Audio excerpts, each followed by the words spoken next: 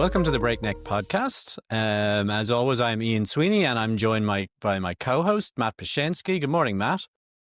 Good morning. Today, we want to talk about something near and dear to my heart, which is consulting or services. Basically, the opposite of building a single technology product and then just putting it out on the internet and waiting for people to come and buy it. And I think the thing that you sent earlier in the week that we both vibed on was OpenAI doing $10 million deals just to do consulting around OpenAI technology. Yeah. So, Matt, I want to interrupt here because I think you're going to probably outwit me today. And I want to lay down a foundation, a framework here that hopefully might interrupt your thought process here, so I have a chance of kind of battling in this battle of wits. So many moons ago, I started a business called BillFlow, and it was cash flow management for small businesses. And we did a lot of work with Intuit. And Intuit used to say to us, you know, small businesses are like snowflakes. Each one is unique, which was completely true. And so they were offering they were switching to QuickBooks Online and offering all these different kind of ways of customizing the SaaS software, which is great. Fast forward to a couple of years later, my business got acquired by another business called Taulia, and I ran product for Taulia. And at Taulia, we worked with the largest brands in the world, Vodafone, John Deere, a bunch of big companies. And we would roll into those guys with our SaaS offering, and they would say, yeah, like, this is great, but you're going to have to customize it because we're a big business. It made sense. It was totally true in the sense of you built these huge businesses with custom proprietary ways of running a business. And so you roll in with your, back then it was probably $500,000 to $1 million, piece of software. And they're like, oh, that's cute and everything. And it's got lots of potential, but you're going to need to customize it. And so we used to have these ongoing conversations about what was the percentage of service revenue versus SaaS revenue. And the problem with SaaS always was this issue, whether you're a big company or a small company, so you either compromise as a small business because you got kind of, okay, I got the software, otherwise I wouldn't have got it, or you were a big business and you're like, well, it needs to be customized and I'll pay some service component of it, but so that was always a limitation with SaaS. Fast forward to where we are today, the promise of AI is, personalization, customization, essentially at very, very low cost. But I don't think that's actually what's going to happen here. My working assumption still is that we are delivering applications that are AI enabled, but we're still headed into a world where there's a large component of services needed for various different reasons that we can touch on. But there's me laying down the foundation, the kind of the foundational understanding. Agree, disagree, take it from there. I totally agree with everything you're saying.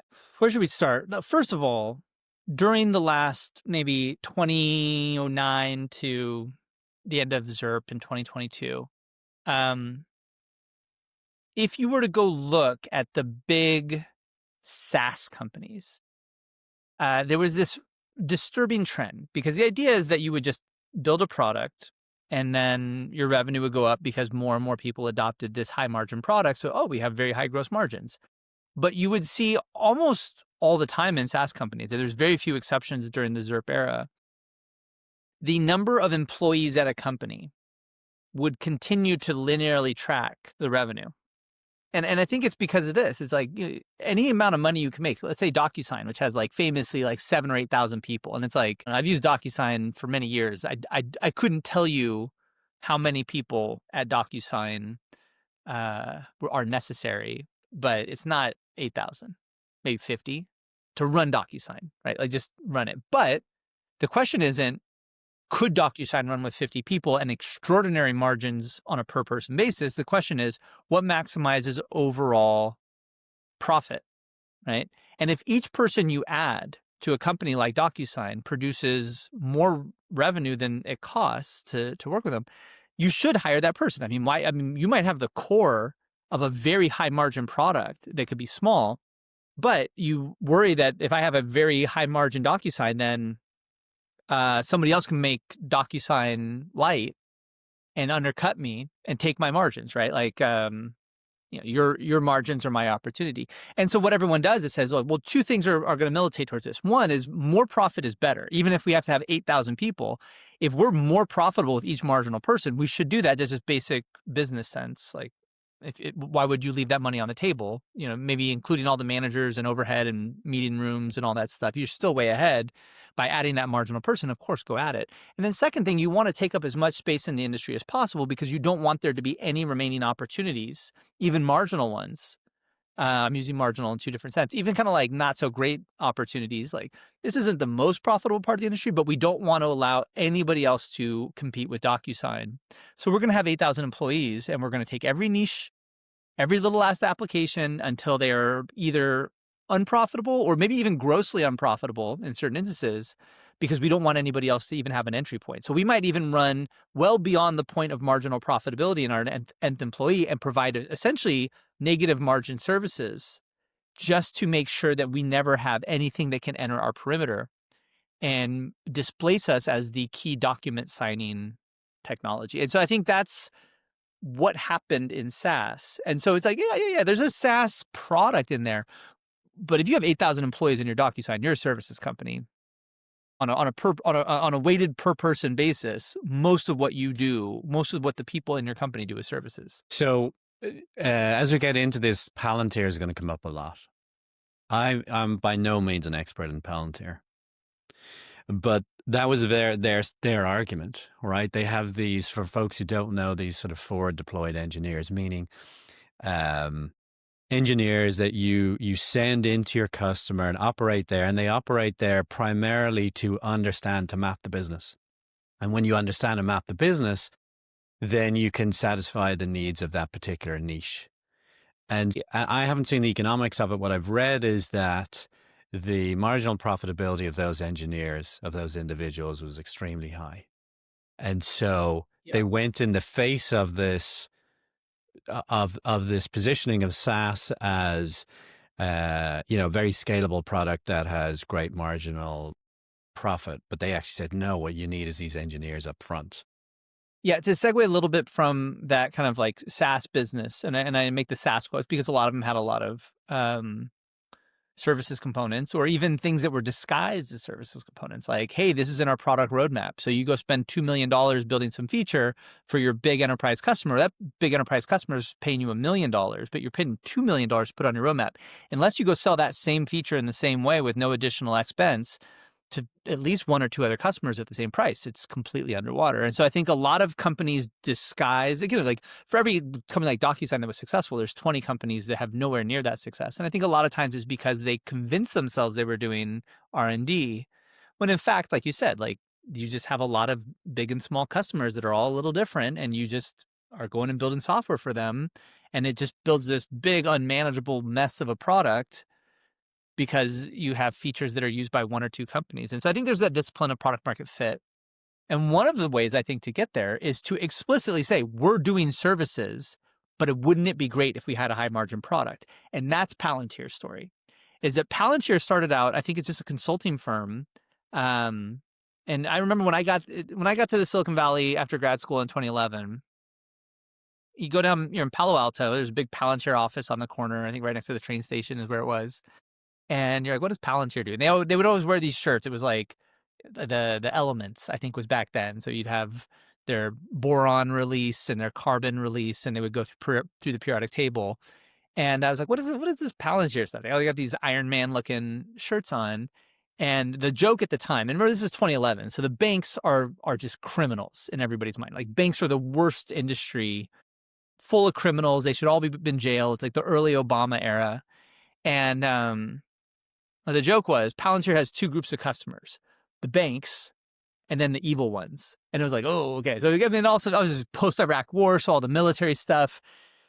Working with banks and the military industrial complex are like the two the Iraq wars have been a total debacle.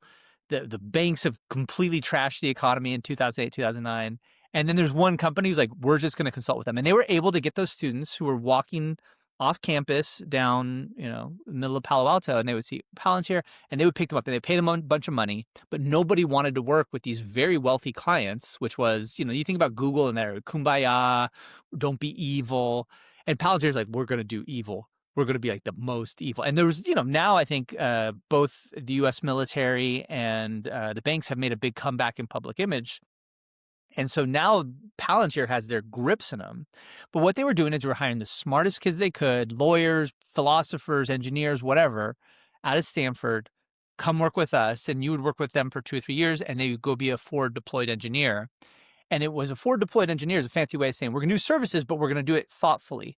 We are actually going to be looking for these high margin activities that can be reproducible. And what eventually emerged out of those years of working with these just toxic industries is that they built a lot of pretty margin, things that other people didn't want to build. This is why Peter Thiel is one of their founders. Is the kind of guys like we zig when others zag. And so they were doing like facial recognition, plus looking at your phone records, plus sending in a drone strike.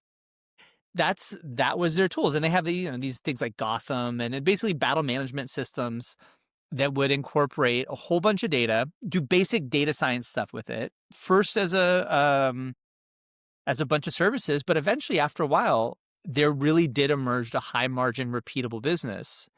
And because they didn't deceive themselves at the beginning that they were building a high margin product and then happened to do services, but they said, we're doing this for deployed engineers. We're doing it thoughtfully.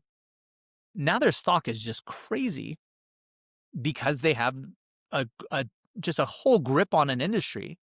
And if you look at what OpenAI is trying to do, AI wants to do the same thing, which is go in and get your grip into these industries in a very deep way so that when the dust settles and we do find these really repeatable AI businesses, OpenAI has this huge enterprise relationship. And, I'm sure Microsoft and Google are doing a lot of the same, but probably not as aggressively. Yeah, it's a really great analog. I have a sort of a working question in my mind at the moment. Does it make sense to be a product studio business? And by what I mean by that is you can build products pretty quickly nowadays.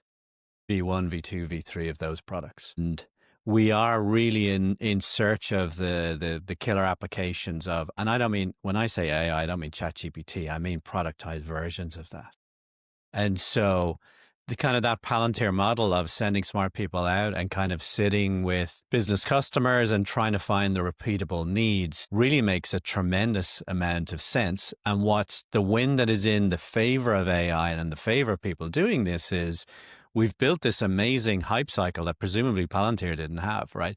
This hype cycle where any consumer walking down the street knows that what AI stands for. They might not know exactly how to use it. It's got the fastest adoption of any technology ever. So you have this general awareness of what it is and this sense of, oh, I probably should be using it. And you roll into a business and they're willing to have these conversations. And so it makes me think that it's sort of surprising to me that we haven't seen more Palantir-like businesses in the sense of, let's switch the language. I call it a product studio types of business that are going out there, offering services, finding the repeatable opportunities and then building those. Yeah. So for me, I agree that is a great approach. For me, I'll take a couple of things. No, so one, we started a software development consulting company, services company in 2015. I was the CEO of that for a while, and it did extraordinarily well. We had thousands of employees, when we sold it. And, it's still hard to build product out of that kind of just, we're going to throw out, we're going to take revenue, we're going to throw it out. But, you did learn about the market. At that time, it was mostly about companies adopting cloud. And so that just changed a lot of, they could be sharing data with more people. They could be incorporating data more, really machine learning and AI into that. You get to see a lot. But we didn't really have the muscle. We grew really fast, and we didn't really have the muscle to kind of convert that into things that we owned that were very profitable. And so then I think my next move is after, we sold that, I started a company. Pact is behind me. You see it in each episode. My dad built this sign, by the way. People ask me, is that real? Yeah, it's real. My dad, he's just like, I'm making a sign. I'm like, this is insane, Dad. And he built it. It's super nice. Yeah, Thank it's fantastic. You, Dad. He watches. He called me. He's like, Matt, I have questions about AI. And so we talked. It was the day before his birthday. And yeah, my dad made it. People ask about it all the time. Make a sign, spray paint, get a glossy coat. He used to build cars. Right? Like, it looks nice. And so we built Pact, and the idea with Pact is that I was like, what is that one thing, that one thread that we could have taken out of every services relationship? And I had read Peter Thiel's 0 to 1, which I don't like Peter Thiel's politics, to put it mildly. But everyone who hates Peter Thiel should go read what Peter Thiel writes. Yeah, Or, it's a good book. you just have to read it. Like, like, know thy enemy if you don't like Peter Thiel. And you must read 0 to 1 to understand why he's so successful over and over and over again. And it's essentially like, you have to come at things with an idea that is not public. You need to have your own interpretation of reality. And when people say product studio, people are like, oh, we got to productize this. That's one of my least favorite phrases because it's so vague. Oh, well, we have this awesome services. We've seen like 10 clients, they need this services. We got to productize it. It's like, no. You need to go and figure out what is the defensible part. You need to go read Peter Thiel. You need to read 0 to 1. You need to think, what is this kind of abstract idea that no one else can really hold, that no one else knows about? You have your own data on this. And how can you introduce that to the market? And that takes like a very particular type of person that generally big services companies don't have. And so when you talk about product studio, you really do need to think about not, I'm going to build a product, but rather I'm going to build an attunement with all of this services work that we're doing that will accrete defensible technology. And it's not product development per se. It's like a reverse version of product development because the application's already done. The question is, what about that actually can be built? And I would be interested. There's Jack Moshkovich and Joe Lonsdale at 8VC wrote an essay that we really liked, just describing the forward deployment engineer, and is mostly just hyping up like, hey, services is cool again. But I think you really have to look at Palantir as one of these unique companies that was able to build that kind of reverse product insight, which is not what could we do with this technology, but rather looking at all the stuff we do, what is the deep, non-obvious core of that we can own? What are the defensible parts of this technology in this industry that we can start to invest in and to push to get more clients who would use that and to push our clients to adopt a certain way of doing things? It's a completely different set of muscles because having run a service business and product businesses, the question you always get is, why are you playing, if you're a service business, why are you playing around with this product thing? You guys aren't good enough. You don't know how to do this. Mm-hmm. And then if you're a product business, you're like, why is this all services? We want repeatable SaaS revenue. And I suppose if there's any time to try and live in a hybrid world, being service and product, now is the time, just because we just don't know where we're headed.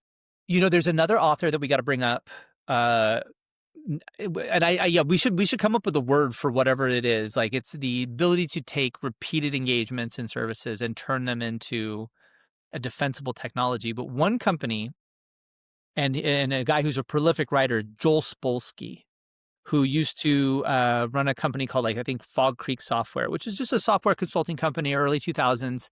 And they spun out two incredibly successful products. The first was Stack Overflow, and then the second was Trello. And Trello sold for $500 million to Atlassian, which is a pretty good... If I had built a product at my last services company that sold for $500 million, I would have gotten a gold star that day. So that's and he did it twice. And so, but that's another good example of a services company who just happened to have people internally who were able to repeatedly take the insights that they had. But basically the common thread is, in order to get your own data, your own data is like, you need to have insight into something because you're out there talking with people, interfacing technology, using technology that's going to give you some edge so that you can find some non-obvious point and an ability to build revenue around that non-obvious point. And I think that's the key to the forward deployed engineers, is like, you need people who are actually super smart, having all these Stanford grads going out and having insights about how the military could be run better and how you could be, doing drone strikes in Yemen or whatever. Nobody else was doing it. You have super smart people. They're coming back with these ideas, and it produced exceptional returns in the long run. Yeah, I think there's a place for a name or a term in the common vernacular for these hybrids, service and software businesses. And there's just so much to be learned over the next at least 5 years that having that kind of advanced service learning team, I think is interesting. I have a sense of what you guys are up to at Pact and at Beppo. Obviously, I know what we're doing. There's a pretty big service component, right? If nothing else, you're having to teach people how to use Well, this stuff and what the you know, capabilities are. the question is, are you in the game? And first off, VCs are much more forgiving. And I've talked to some of the VCs who are investing, and they say, yeah, look, the services revenue is a little bit chunky, it's servicey, yeah, but you know what? It's going up like a straight up, and the Palantir is also at all-time highs almost, or given the day, it's right up there. It continues to have very good price to earning multiples. So it's like, okay, that's services. I mean, people are getting religion on this. And also, and like I said, like SaaS has always been services. It was just something that you don't talk about. And in many cases, you don't manage financially very well. And so it comes back and bites you in the ass because you actually ended up doing a whole bunch of negative margin services, and you saw revenue growth and you said, oh, we're doing more R&D. No, you had a little bit of R&D, a huge amount of negative margin services.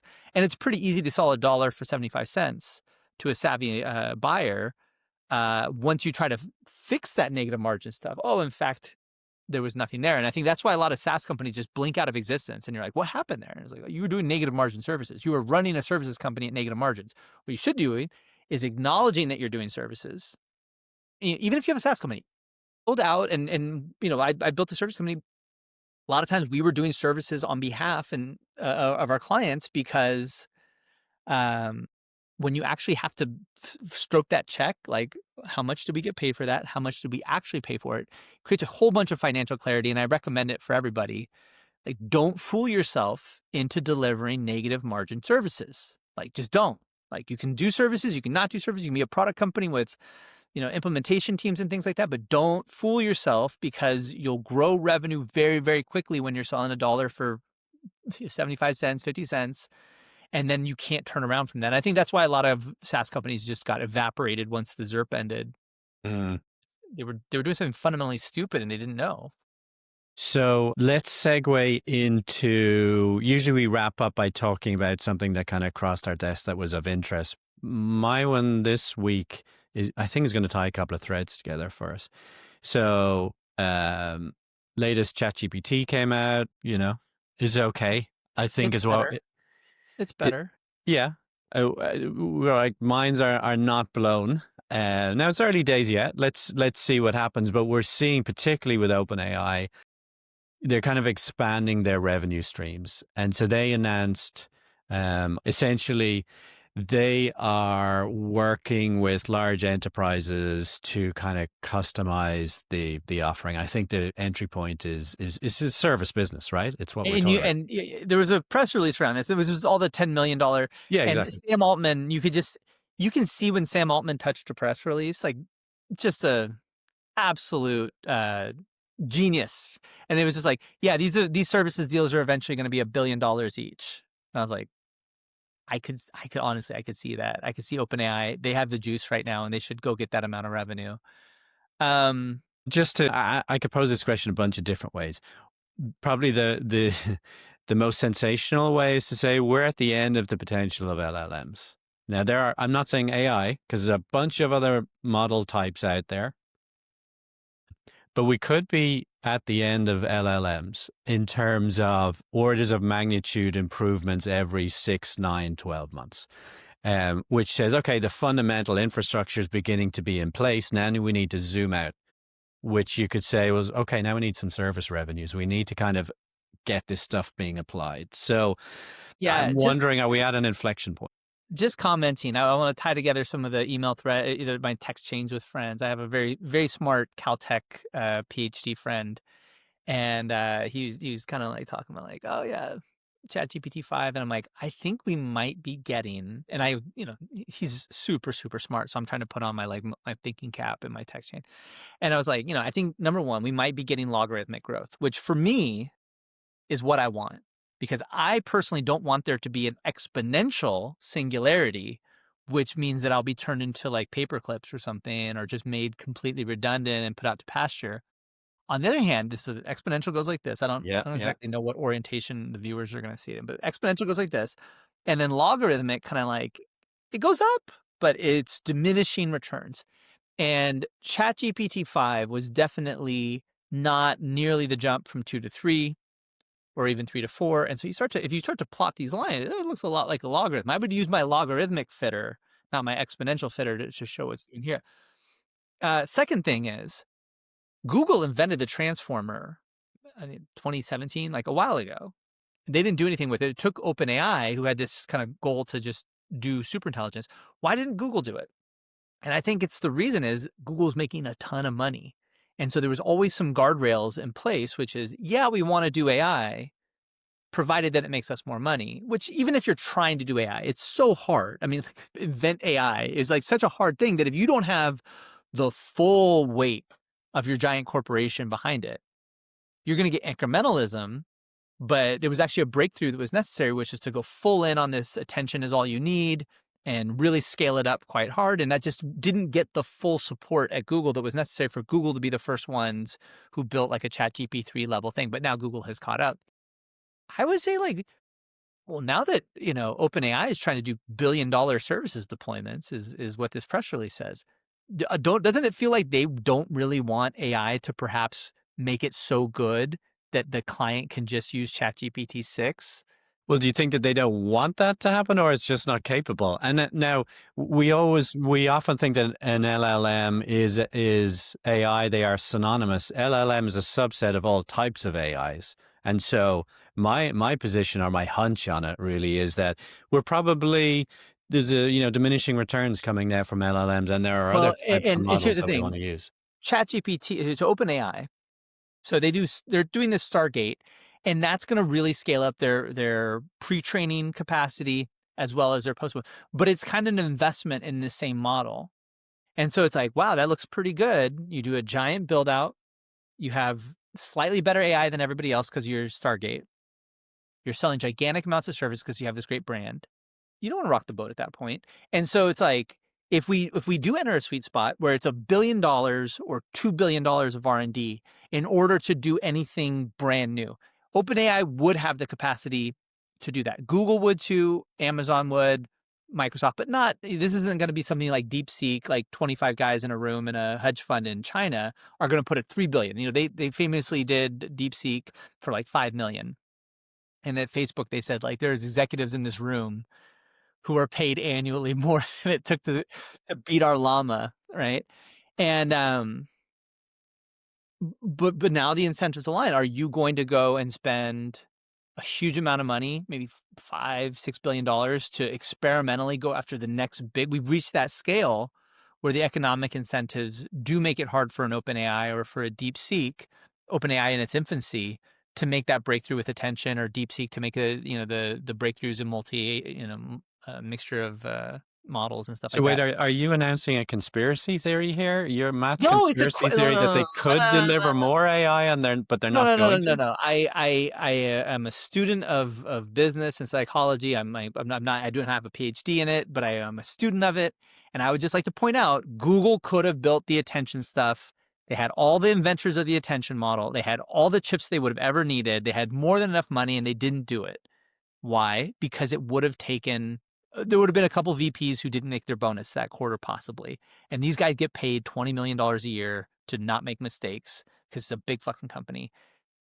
Explain why Google didn't. That's not a conspiracy. It's just a group of people, nobody who wanted to get fired and go off the gravy train. If all they have to do is sit in their ass and make things keep going, and they make $100 million over the Well, next 5 years. the difference is that Google, and I'm thinking back to our Chrome conversations 10 or so episodes ago. There wasn't really any competition. They stifled the competition, but that's not where we're at now. Unless we're suggesting something else, there's multiple providers of LLMs and AI. It's competitive. There aren't 50 good ones. There's 2, 3, There's all, 4 and good look, ones. if it is true that it would cost $10 million to make the next breakthrough in AI, then yeah, it'll still stay competitive. But that competition, if the next breakthrough costs 5 billion, which in terms of like $1 trillion AI build out spend is not much, but still 5 billion eliminates almost everybody. And we saw with the internet stalled starting about 2013, 2014. It just became stagnant. You saw, all the trouble that people got in for suppressing free speech and all of those controversies. It was a group of people were able to, when it was only 5 or 6 companies who had massive amounts of revenue at stake, and the investment necessary to do anything disruptive was in the multi-billion-dollar range. And I think it's pretty easy to see stagnation occur. But as someone who would love to see, gigantic amounts of fairly cheap AI capabilities being deployed for the next 7 or 8 years, that's a great zone to go into and build application companies that leverage this new technology that is going to become quickly commoditized if the innovation doesn't keep up. Yeah, I mean, lest anybody be confused here, if Ian is right, I won't put you into this bucket that we're headed to sort of diminishing returns on subsequent releases of ChatGPT, I agree, which I by the think way. you agree. Yeah. That's like we're not it's the infrastructure really is what we're talking about. If you're out in the world like we are, and I imagine many people listening to us are out in the world trying to bring forth AI in a way that is usable, productized, if you want to call it that, we have at least 5 years worth of work just to productize what's in front of us, find applications. It's the same Web 1.0, 2.0, 3.0. We're at AI one, and we shouldn't call it AI 1.0 because it has to be productized. It has to be racked up. It has to be, merged and sort of synthesized with deterministic software and all the rest. So there's plenty of opportunity in front of us. Yep. But My guess is that the capabilities don't grow too much, but currently ChatGPT is selling every token for less than it costs them to process. Not even, I mean, on a marginal basis, not including the R&D and the training that went into it. So there's a long way to run where their costs are going to continue to drop, and these new versions of chip are going to be a lower cost per serving, until the point where they have positive margin. But even then, they're going to need to make back 30 or 40 billion dollars in profit to just get back to covering the investment that went into that. And it's going to be a very competitive marketplace. And so, yeah, when the next step is spend $500 billion was what they quoted for Stargate, I think everyone's going to have to start obeying the laws of economics, which, OpenAI didn't have to obey at the beginning. so it's not a And it's not surprise we see them that's not a showing up with. conspiracy, Ian. That's just an observation that, once you get up to the big boy numbers in terms of, that's $100 billion, you don't get to be quite as loose. Yeah. As it was necessary to deliver a lot of these initial results because they were speculative. There's a word in Irish, or as we call it in America Gaelic, called flehullach. So that's the Irish language, and it means generous. And in the world of AI, it's been flehullach. There has been money flying around. And I think what we're saying is we're beginning to start thinking about, well, you and I already think about this all the time, but the LLM providers are beginning to think about making some decent cash out of this now. I So love we're it. past the era of flehullach. I will call it Irish because I like to be savvy. There you go. I'm There speaking you go, Irish. man. Yeah. Well, I think it's a great place to wrap it up as Yeah, any. We're going to bring all of the marginalized languages, like Nahuatl. I'll bring some there we words. You go. bring some Irish. Maybe There we'll we get go. some. All right. Well, thank you, Matt. That was a good one. See you next time. See ya.